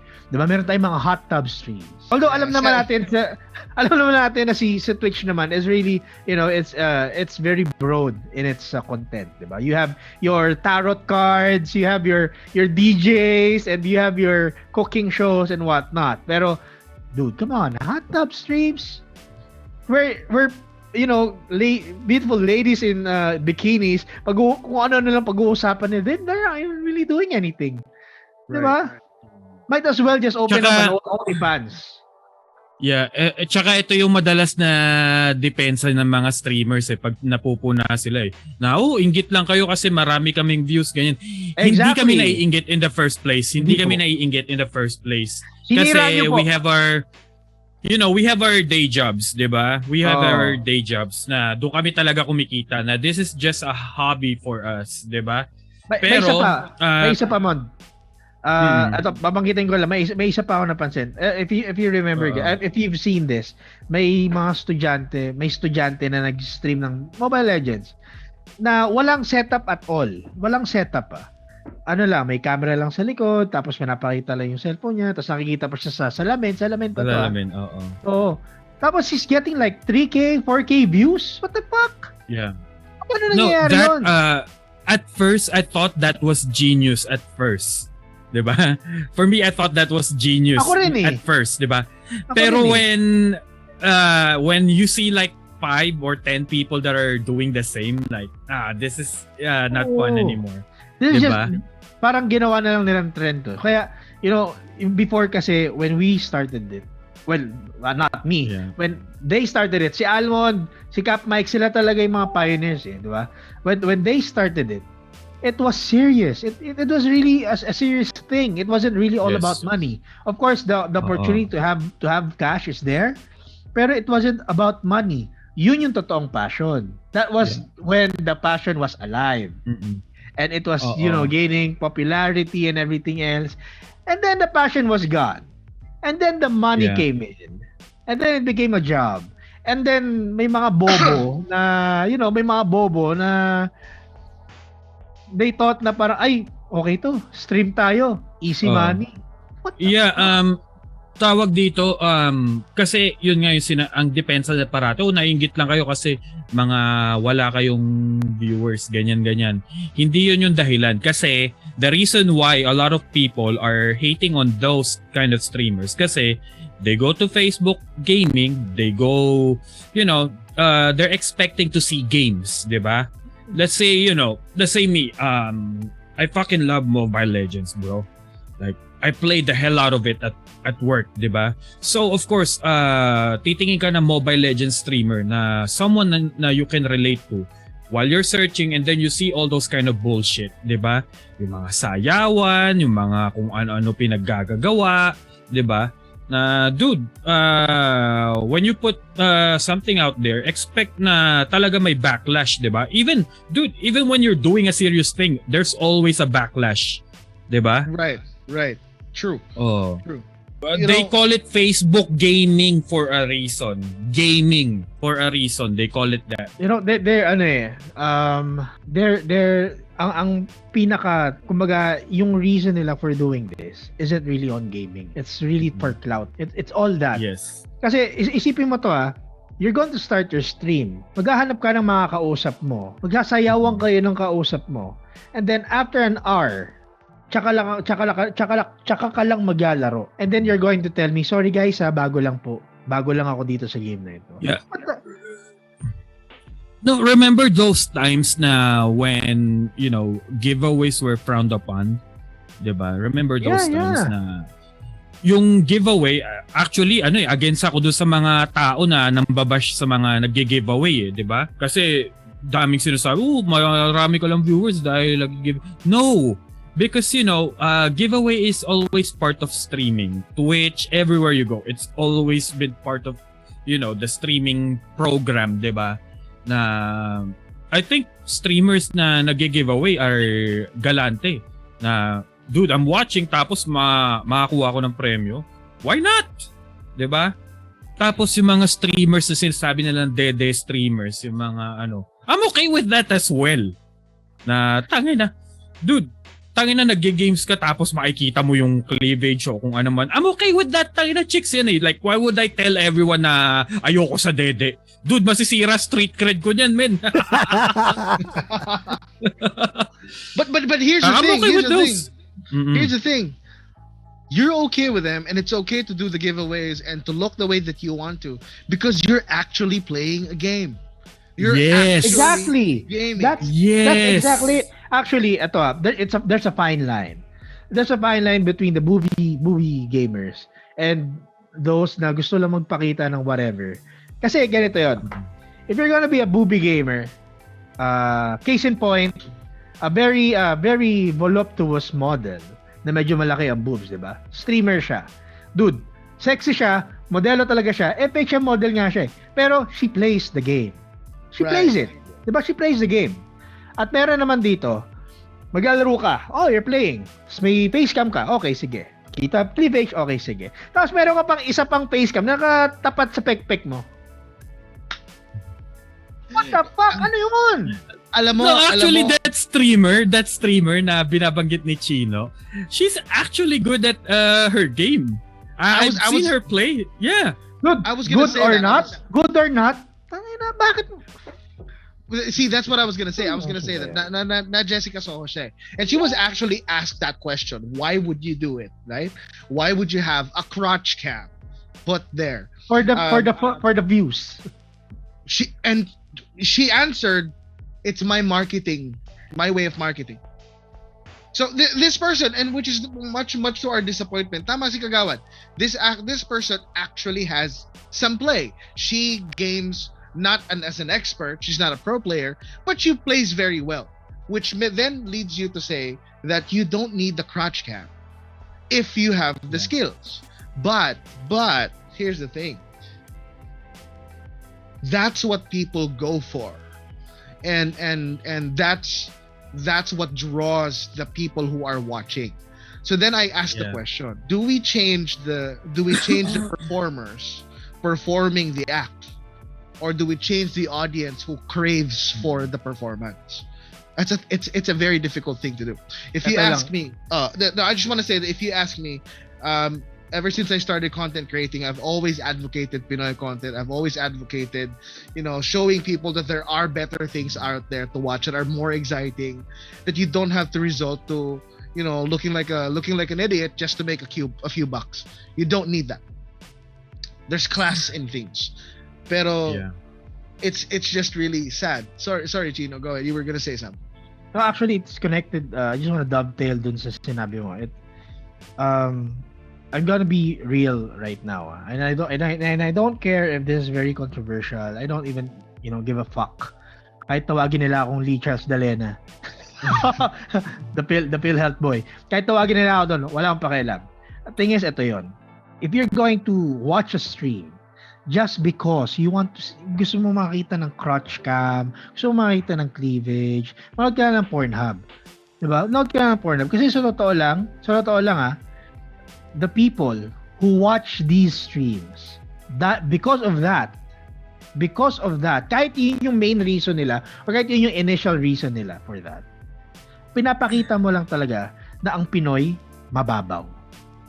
Pinapakita mo lang talaga na ang Pinoy minsan hindi nag-iisip. Kasi we are ridiculed in the gaming industry. Sa Among Us nga, ayaw na tayo kalaro ng ibang bansa eh. Yeah, diba? we're kind of like considered to be, and I don't want to be racist or anything, but in gaming, we are gaming toxic. community, we're like the Russians of Southeast Asia. Sa Valorant alone, ang dami nagrereklamo doon dahil mga Pinoy, mga bastos, mga walang kwenta. Okay sa inyo 'yon? Masaya kayo doon? Cool. Yeah, well, for me, I'm not disagreeing with what Chino said, pero think about this then. Na most of these fucking gamers, they don't care if they're Filipino. They don't think about the patriotism while they're playing the game, 'di ba? Na wala sila paki kung i-represent ba nila Pilipino o hindi. Ito lang yung sa akin do sa panty streamer na if that's her way to market herself, then if it works, then it's good for her, 'di ba? Kasi kumikita yung market niya, 'di ba? I think she don't even think about na I'm representing the whole Philippines na as a streamer, pero she doesn't even think about that. Kasi here's the thing, when you're a streamer, they don't fucking care if you're just playing game, 'di ba? Kitang-kita yan. Ako apektado ako diyan na I stream fucking Red Dead Redemption. No one cares if I just play Red Dead Redemption because that's what I do. I just play Red Dead Redemption, 'di ba? Versus when I play Street Fighter 5, when I was playing it, very active also Street Fighter 5. Like a lot of people were watching that stream and the game because let's just say it, I'm fucking good at it. 'Di ba? Di naman magaling, bano ka. Yeah, so nung umangat yung nagkaroon ng Facebook gaming, I was one of the most watched fighting game streamer at that time, 'di ba? Beside na hindi mainstream, I was the only one playing Street Fighter 5 noong mga kapanahunan na yun. And then malaki ang nakukuha kong views noon kasi people they're just gonna watch me play Street Fighter 5 without any skills. They're just gonna fucking leave and like fuck you, like I'm just gonna watch something else, That's since true. Yeah, since like I showed them like how competitive the game was. I think kasi yun din ang napapansin ko sa comment section nun na oy, ang galing mo, Lodi, ganyan, galing na mga combo mo, galing mong ganyan. Alam mo yung mga compliments na ganun, 'di ba? Versus when I just play like a regular game, they don't give a shit unless before mabenta ang nostalgia. When Facebook gaming started, mabenta ang nostalgia, and Chino knows it, 'di ba? Game ako, 'di ba? They did that, 'di ba? All the retro games, 'di ba? When there was passion. Yeah, so Pero yun. Ito yun. I think para sa akin personally, they should care. They should care kung paano ka kumilos in game.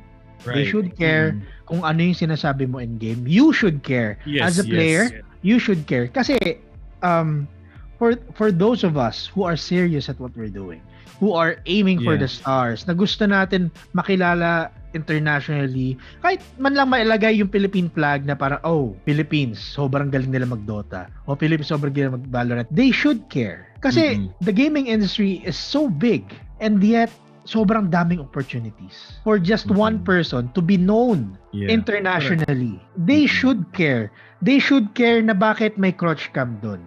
They should care na bakit tinatawag kang toxic na mga players. They should. Yes. At unfortunate, Yeah. pero unfortunately, hindi. They don't care. So when I said about those things na, I don't disagree with Chino and what he said right now, and I agree they should care because, if this is just, when I said my piece, I'm just looking at things like the way it's happening right now. Tama diba? ka naman, Monde. Like, I agree with you. Yeah.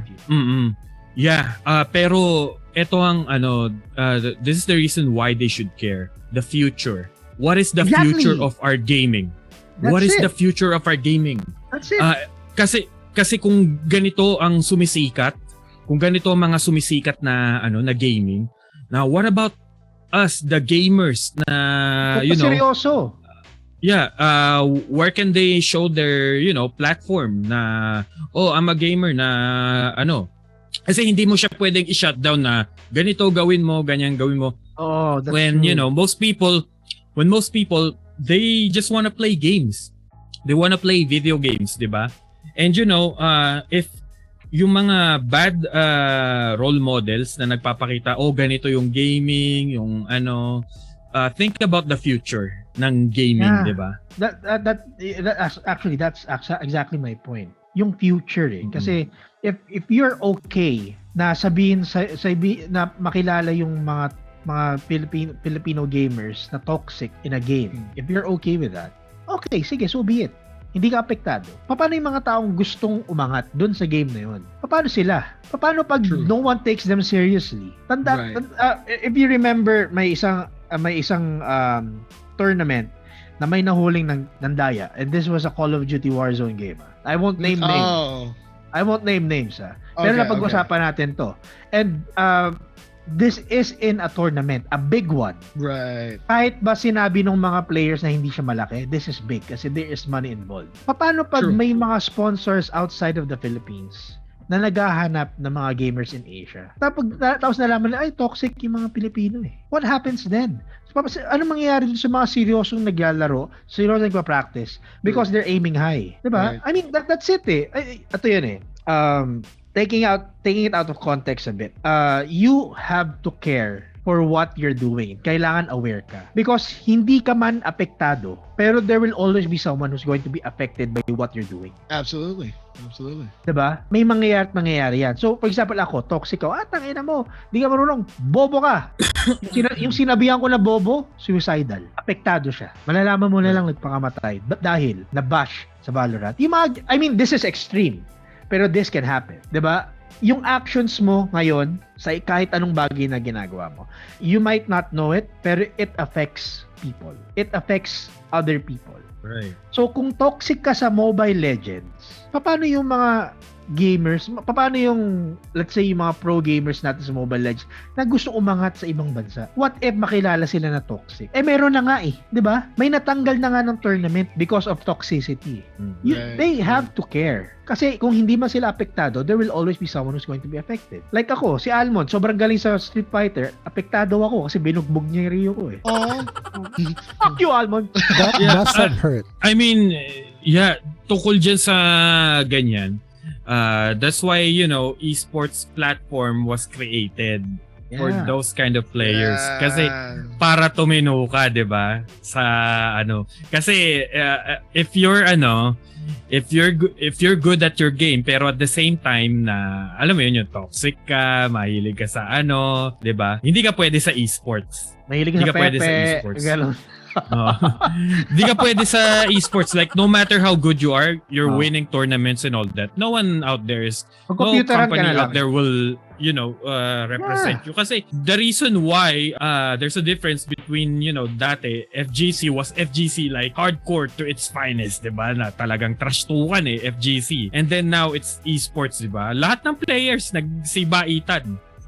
Wala na yung mga trash tukan, mga sigawan. Kasi you're serious about what you're doing Yeah, and you're conforming to it because you want to maintain what you have and where you are right now. And Speaking of that, I just sakto, magsasalita si Captain Mike. I'm gonna ask Captain Mike though. For somebody who's been organizing tournaments, somebody who's been doing left and right for Clash Royale and Call of Duty Mobile, recently nagka-tournament ka, and it's been going strong with a lot of the fans, right? Have you felt any change in the atmosphere, or how does this affect actual tournaments that you organize? Let me good question, no, BJ, pero let me guys share you a story about my personal experience on this, ano. But first, let's talk about yung mga nangyayari dito. I set up Clash Royale tournaments and Call of Duty tournaments, pero I need you guys to know na yung mga players na pumapasok sa amin reads the rules, plays the game, and are not toxic at all. It was clearly stated in my tournament rules sa sinesend ko sa GC na no toxicity is allowed or else you'll be banned. Right. Alam nila yun. So, pag naglaro sila o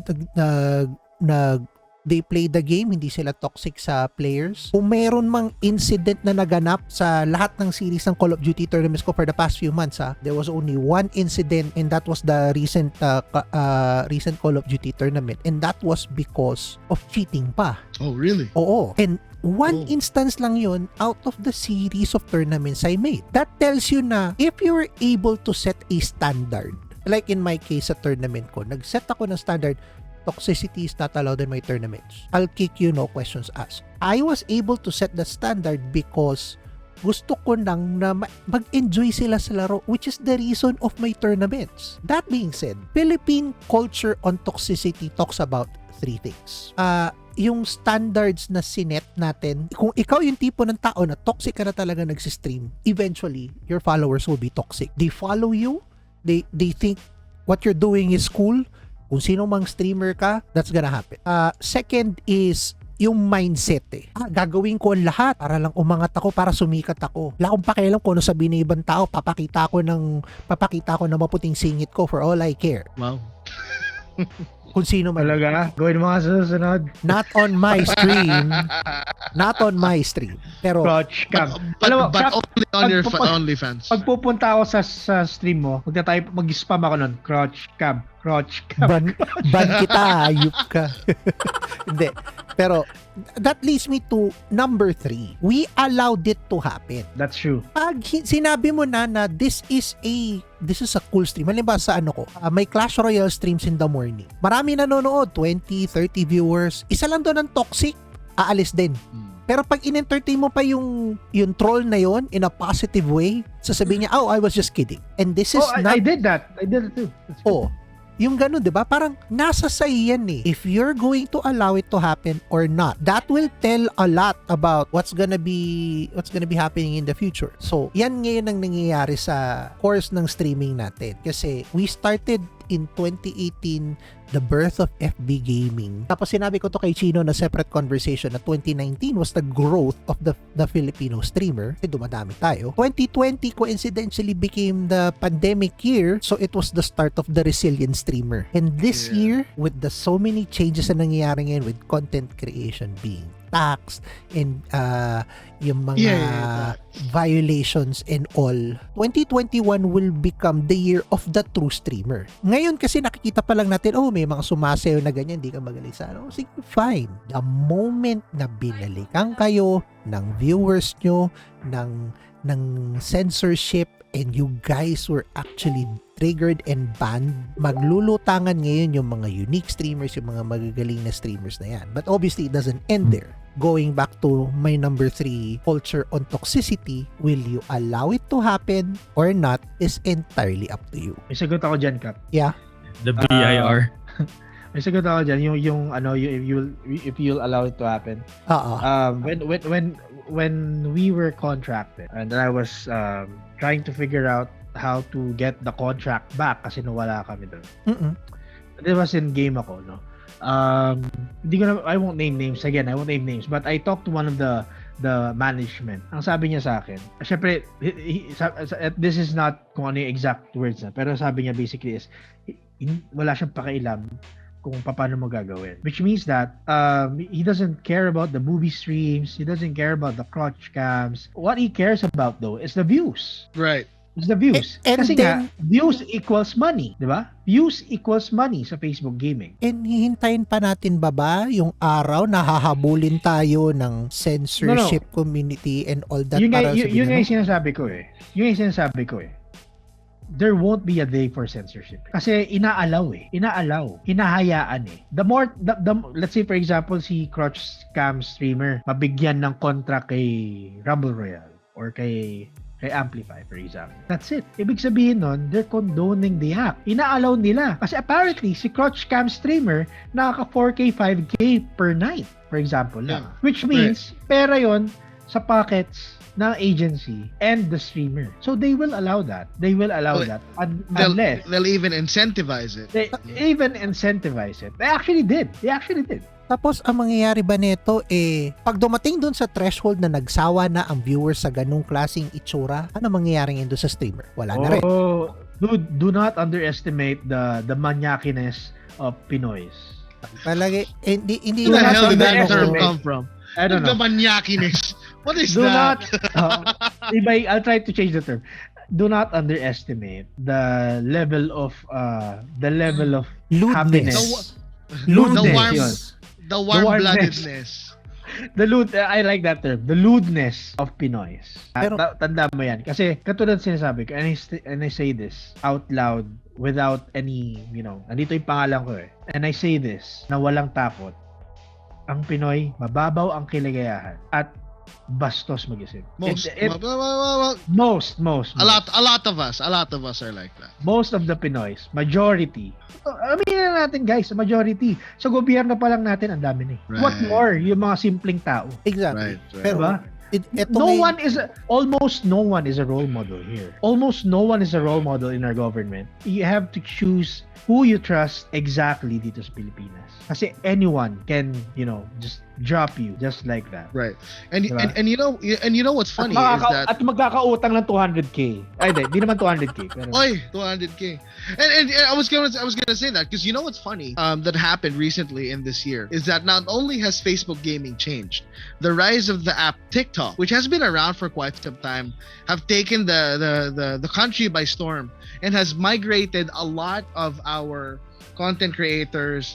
And a lot of them have made huge amounts of followers. They amassed such a large following, and that has then changed the way that we consumed our entertainment online. However, the flavor kind of got brought over to where it is. And don't get us wrong, guys. So for those people who are watching and listening, it's not just endemic in the Philippines. This kind of behavior is also true. A lot of it happens on Twitch, it happens on TikTok, it happens on YouTube. That just for the sake of views, we'll do something that may be frowned upon in a lot of places. But TikTok, the interesting thing about TikTok is that it's so addictive, in the sense that you can only watch snippets of the content that would really drive you to watch more. And a lot of that warm-blooded content, you know what I'm saying, started out to prosper in TikTok. TikTok, probably better than Facebook, has incentivized this a lot more. And it's now a big thing. The good thing is, the opposite is happening. It started out with the warm-blooded content, but recently, ever so silently, guys like G-Shark comes out. Galactic Shark, right? Guys like Galactic Shark will come up and provide you with content that is different, apart from the regular thing. And that's how things are changing now. Pero nandun pa rin eh. Nandun pa rin yung sinabi nga ni Chino kanina, yung the low bar set when it comes to entertainment, right? Alam ko si Cap malakas mag-TikTok to eh. Alam ko, nakita ko yung napanood ko yung TikTok mo eh. Masayaw sila na ganun. Napanood ko yun. Alam ko yun, right? fuck you, Ka! let me you say and your this. dance moves. Let me say something about content in TikTok, no? Kasi guilty naman na ako eh. It was not even my TikTok account. I had to join in kasi I had to ban. Pero ikaw pa din yung nandun. Ako pa rin And doon. your dance moves. I don't know ganyan how to... mukhaan pa no, BJ? Diba? Parang kunwari, ayaw pa niya, pero nakangiti. BJ, share mo yung clip sa amin, please. Baka magalan nakasave. So, Fuck you and your dance moves. para sa akin kasi, fucking TikToker. Going to Boy, TikTok again is going to TikTok is a different level of entertainment eh. Short clips, you just take a template lang, try make it and you only have two choices eh. Make yourself look funny or make yourself look cool to a standard. So people like Creating Wonders, which the only one I follow on TikTok, on my new TikTok account. Makikita mo na sinanggit mo pa yung new TikTok account. So wait. So that means it's not the one that you have this, right? No. It was with TikTok. It was with Venus's And I'm not gonna lie. TikTok is a new avenue to get people. How you do it though is gonna be up to you. Kagaya ni Creating Wonders. All he does three things in his TikTok videos. Make inspiring quotes. Do a heartbroken quote and some dance moves. And people were just liking him day after day. And there's that phenomenal TikToker na who doesn't even talk stuff. Doesn't even talk shit in his TikTok. You seen that guy? Stop opening your TikTok apps. I don't have TikTok, all right? I mean, too old for that. I do YouTube Shorts though. Whatever. Pero I want to ask this to you. I want to get your opinion on this, guys. Because the behavior of the consumer now online, on Facebook, on Instagram, medyo nagbago eh. We're now, more interested in getting bite-sized content. That is more likely to go viral than something that's longer right now. I agree. And tama si Cap. It does open a new avenue to call more people in. So in that sense, how does this affect you as a content creator and how you create your content? Alam ko si Almond, for the love of God, please tell me you don't have TikTok. I swear to God. If you have TikTok, I swear to God. Man. May TikTok account lang ako, pero hindi ako nagti-TikTok. TikTok. Yeah. Okay. So how does that change you guys in terms of creating your content? I mean, have you thought of coming up with TikTok content yourself? I mean, it doesn't necessarily have to be the traditional dance TikTok, but I'm guilty. Yes, you are. We know that. Yeah, we know you're guilty. Alam na namin. Everybody knows, and they will see that video again soon. Already, sadly. Ikaw, Mont, have you considered delving into TikTok? Given the context is given the situation of Facebook gaming now, with how you described it, our sentiments towards it, is TikTok the new place to be, or what are your thoughts on that? No, not really, because for the longest time, bite-sized videos is always the go-to videos, diba? It's not the way you watch videos that are changing. Hindi yung mga content creators na nagbago. I think the system changed them. Let's say example for YouTube, diba? For YouTube, you can't make a bite-sized content there anymore until like YouTube Shorts came, but that's a different story. Because when you think about the things that had went viral, like even the starting of the YouTube days, those are all bite-sized videos, diba? And bite-sized videos is very appealing kasi you can see this one and then watch another one. It's a repetitive process pero iba-iba yung nakikita mo, diba? And hindi mo na alam, isang oras ka na pala nanonood ng mga ganun, diba? Diyos ko po, nangyari sa akin yan. Alam mo yung mga katok-katok sa Davao? Diyos ko po, sunod-sunod yun. Anyway, sorry. I spent like 2 hours watching the same kind of video. Go ahead. Yeah, tawag dito. Ayun nga kasi 'di ba YouTube nagbago yung sistema nila and all that. Pero I think this is the best way like for a new avenue yung sa TikTok nga na. Alam mo yun, if you want bite-sized videos, here you go, TikTok. And there was, Vine. Remember that? Oh, Vine. Do it for the Vine. Do it for the Vine. Yeah. That was the first TikTok that we had, 'di ba? Na 'di ba? Dub Smash. There you go. Yung mga 'di ba? I think Dub Smash and Vine were combined. Like, that's TikTok, 'di ba? Right. Yeah, so for me, it's just another option, pero it's not, like it's not gonna change anything. Parang added, lang siya, subgenre lang ng content creating, kumbaga. So kung ako tatanungin kita, pre, magkakaroon ka ng TikTok account, anong klaseng content ang ilalagay mo doon? Ako? Binigyan ka ng option.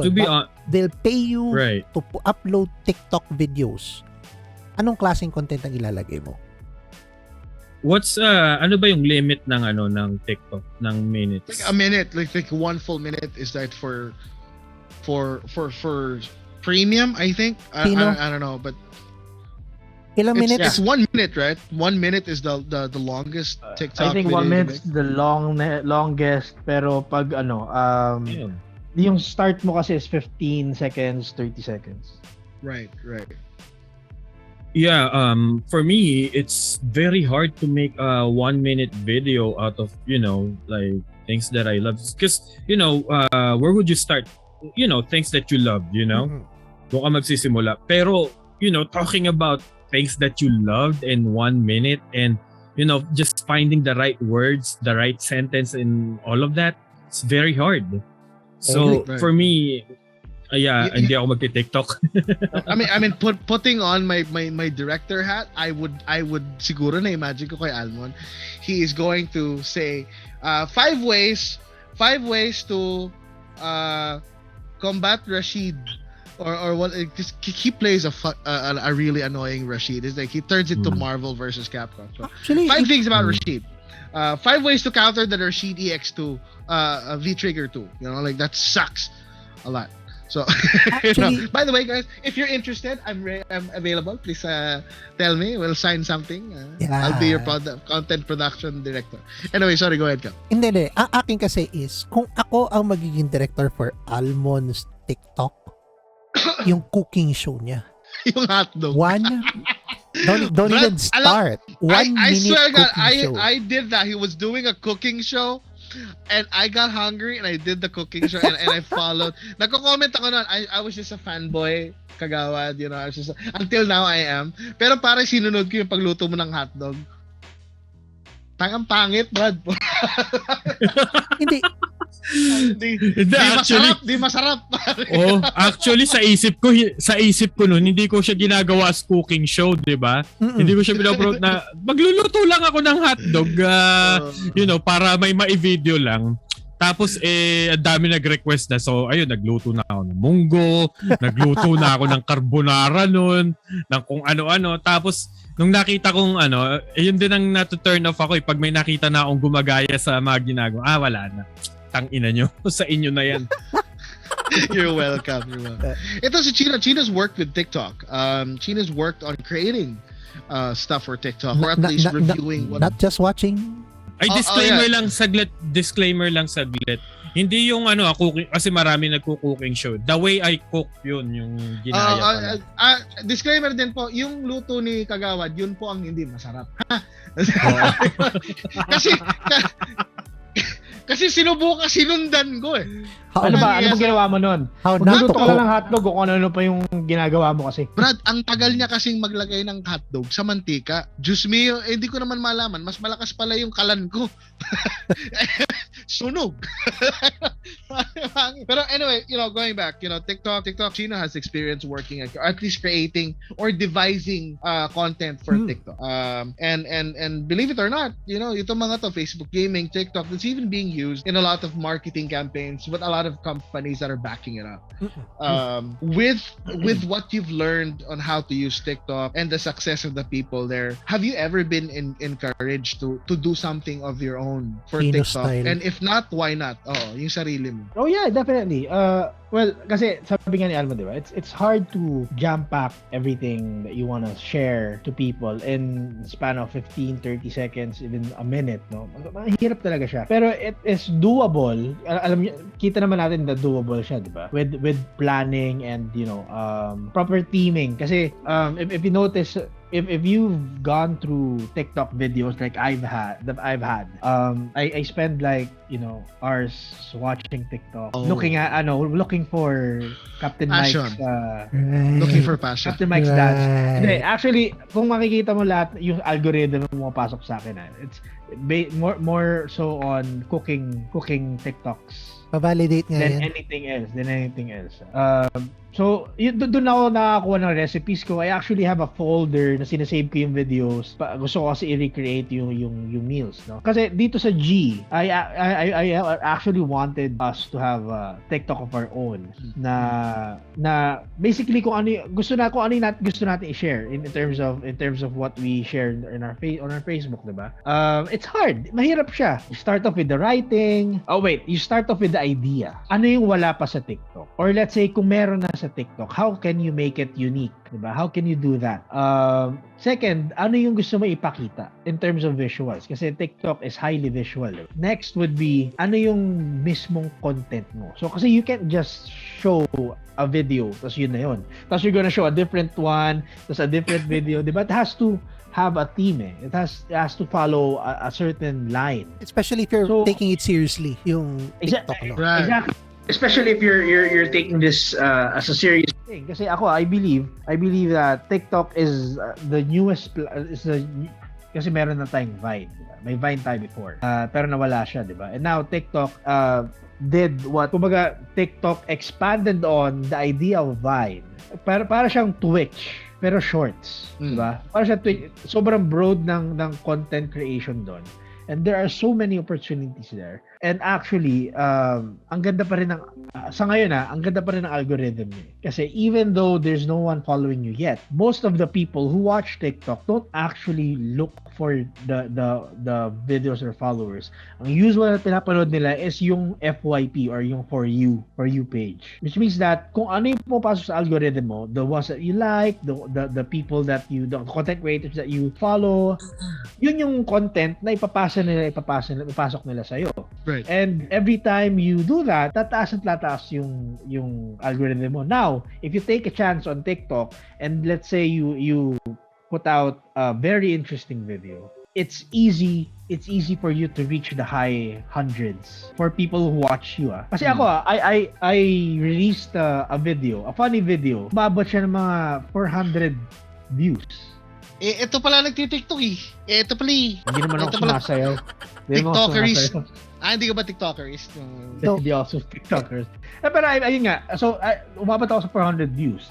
And wala naman akong kilala sa TikTok eh. I mean, I don't add anyone. Wala akong friends sa TikTok. I just watch and watch. Yun lang. So, if you take on that opportunity na maging unique ang content mo, and people watch you, and people watch you, angat yung viewership mo, it's easy to get that viewership that you want. Right. Pero syempre, you still want your content to be trending. So that's where the uniqueness comes in. You're going to see TikTok videos getting 2.5 views. Tapos yung followers nila 100,000 lang. 2.5 likes rather. Tapos 100,000 lang yung followers nila. So it still is a new process, still is a new system, but it's something that we can take advantage of actually. In terms of content creation.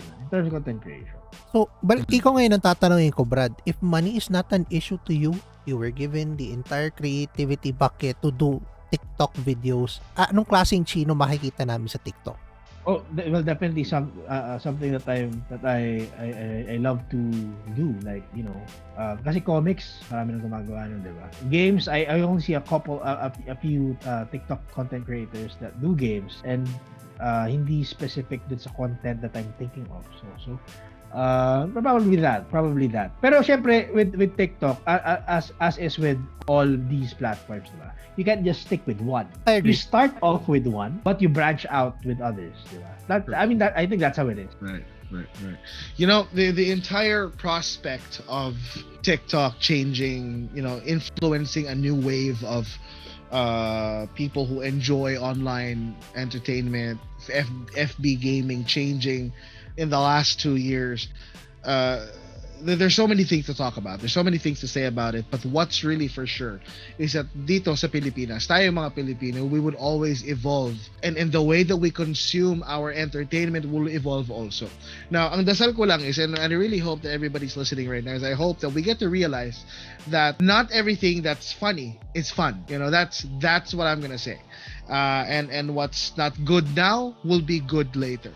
So I want to get your last thoughts on the thing, and in fact, I want you to make your own predictions. Okay, so I want you to predict what will happen to Facebook gaming and what will happen to TikTok in the next 3 and 5 years from now.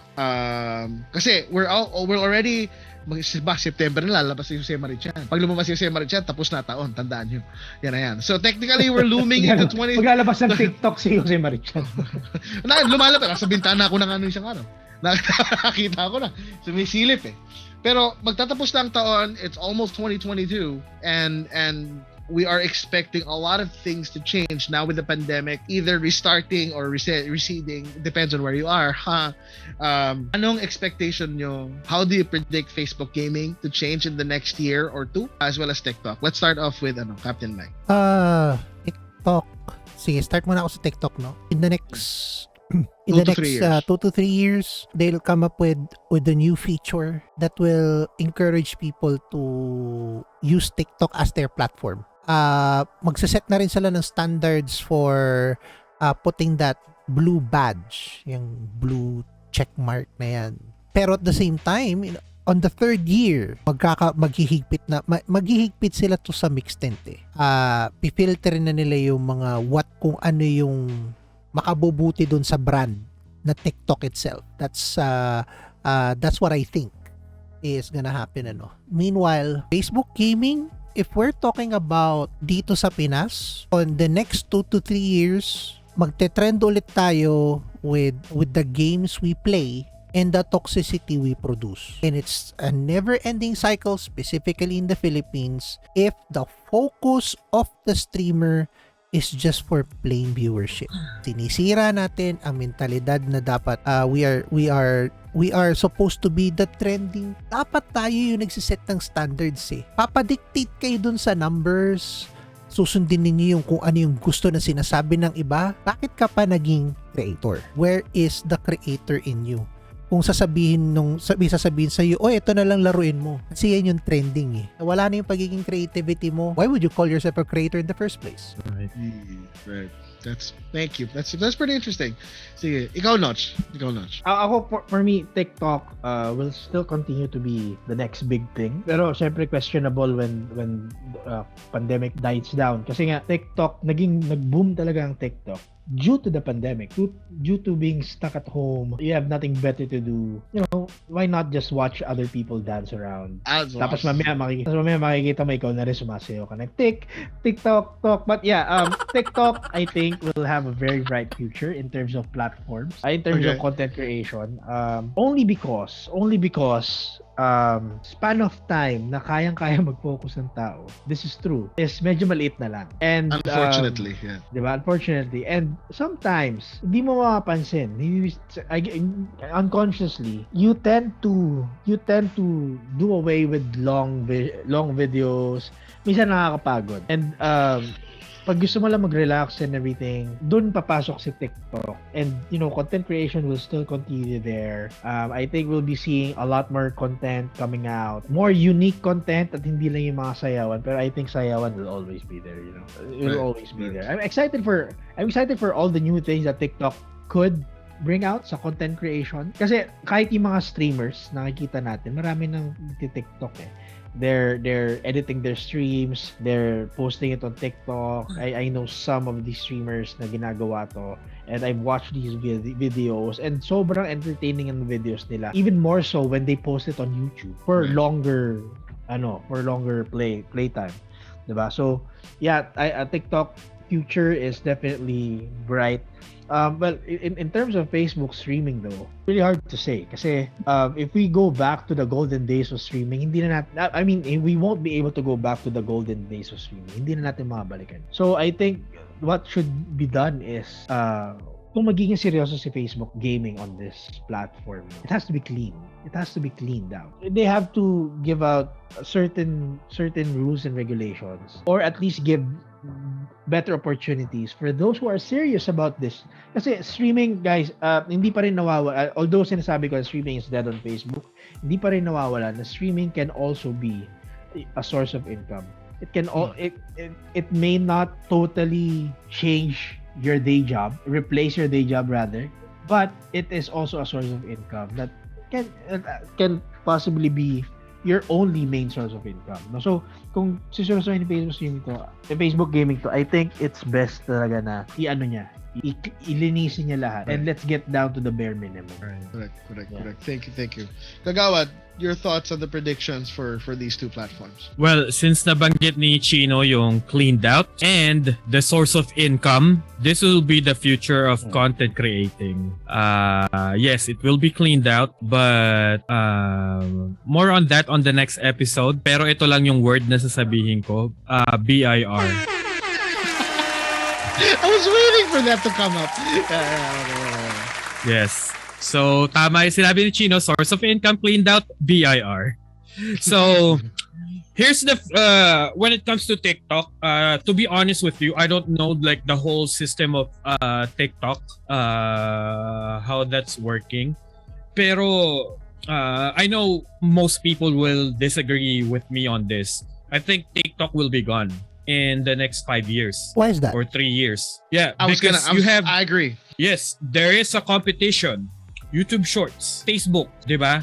All of those platforms. So, YouTubers, I think they will, if your video galing sa TikTok, I think YouTube will find a way to block it na hindi ka pwede mag-upload ng mga videos mo dito galing TikTok. Content creators will be forced to do YouTube Shorts and, whatever pays the most. Like, that's the thing, So, if doing YouTube and YouTube Shorts increases your, revenue, I think people will go for that, So that's why I think TikTok will be gone in 3 to 5 years. Like it will just be another thing like Vine and Dub Smash, diba? Okay, Facebook gaming, yun. Yung BIR talaga ang very dito sa Facebook gaming. Kasi I know some content creators will be forced to quit or malaki kinikita nyo eh. Ayan, sige. Pero more on that on the next episode. Ayan, tax natin yung pepe mo. Hindi, pero yeah, the way I see Facebook gaming, kung yung streaming and general, the future is looking good for the streamers. For now. Because of, the BIR thing. Diba? And, like, as we all know, like, Facebook is, like, still, it's not perfect, Pero, kung gaming lang talaga yung Facebook gaming itself, magandang future niya. Makakakita tayo ng mga bagong streamer, makakita tayo ng mga bagong content creator sa Facebook. Madami yan, yung mga pagbabago, madami yan. Mawawala na yung mga dating I'm sure. I mean, nandyan pa yan pero magiging thing na lang siya talaga. Makakita tayo ng mga bagong for gaming? Kung bumalik yung 200. Ay, sorry. Yeah, no, I mean, compassion for yung gaming, kung seryosohan na passion. It's always gonna be there, 'di ba? It's up to you kung gusto mo pa. Kasi if you talk to most streamers right now, they're not happy anymore. Like, I talk to a lot of streamers. Like, most of my friends in Facebook are streamers. Diba? Makakita tayo ng mga bagong streamers.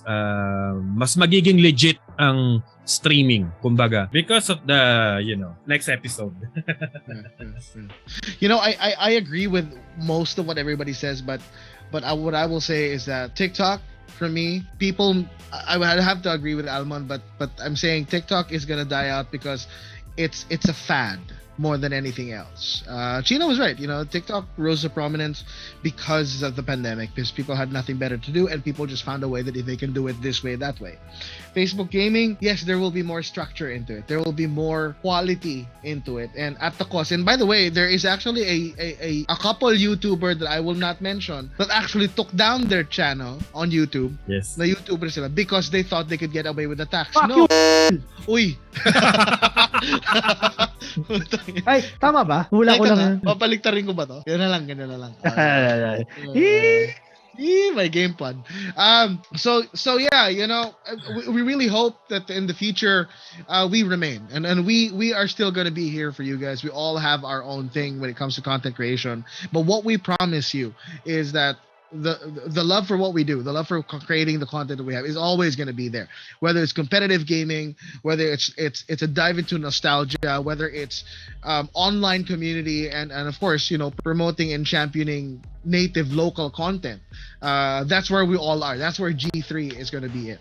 But unfortunately, we've run out of time for the very first episode of season 3. By the way, this is season 3. We have run out of time. Just invite them to your streams, to your shows. Captain Mike, what's up for you this coming week and the next? What's up? You guys anything scheduled? Sa akin, it is ko lang we celebrated our 3rd year in streaming and we will continue moving forward.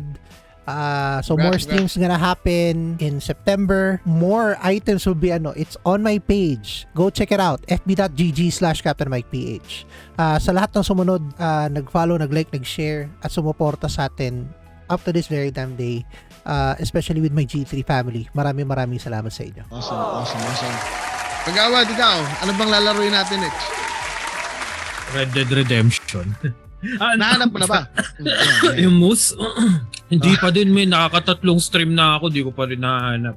Pero anyway, check me out sa Facebook gaming, Kagawad Ravenize. I play games every day. Red Dead Redemption 2, Street Fighter 5. At abangan nyo din yung mga Saturday showdown namin. The next one will be on September 4, 9 p.m. Team Bully versus Team Dawn. Yeah. It will be the best match ever. Yeah, I stream every day. Yun lang. Nice. No, chika, ano gagawin natin, man? Abangan nyo yung mga streams ko paglabas. You can actually watch me do a podcast every Monday night. The Pillow Talk. Yeah. Ang pinag-usapan namin doon is kabastusan. Usapang warm-blooded. We talk about anything there, friends, family, relationships, and and the like. So check it out, the Pillow Talk, and of course you can always catch me here on G3 Podcast, and syempre yung mga content namin sa page namin. We bring you the news. Ako, very quick plug lang. This coming August 30th is araw ng mga bayani and me being part of the Tablay Voicecast. Tablay is launching on Amazon Kindle, so we'll be having a launch on that day. We'll have a little program on Sunday on that day, and just watch us, join us. I'll be hosting it. And there you have it. Thank you very much, ladies and gentlemen. This has been yet another, the premiere, the first episode of season 3 of the G3 podcast. This has been BJG, your host, along with Captain Mike, Noch, and Kagawad Ravenize. We will catch you in the next episode. Bye-bye.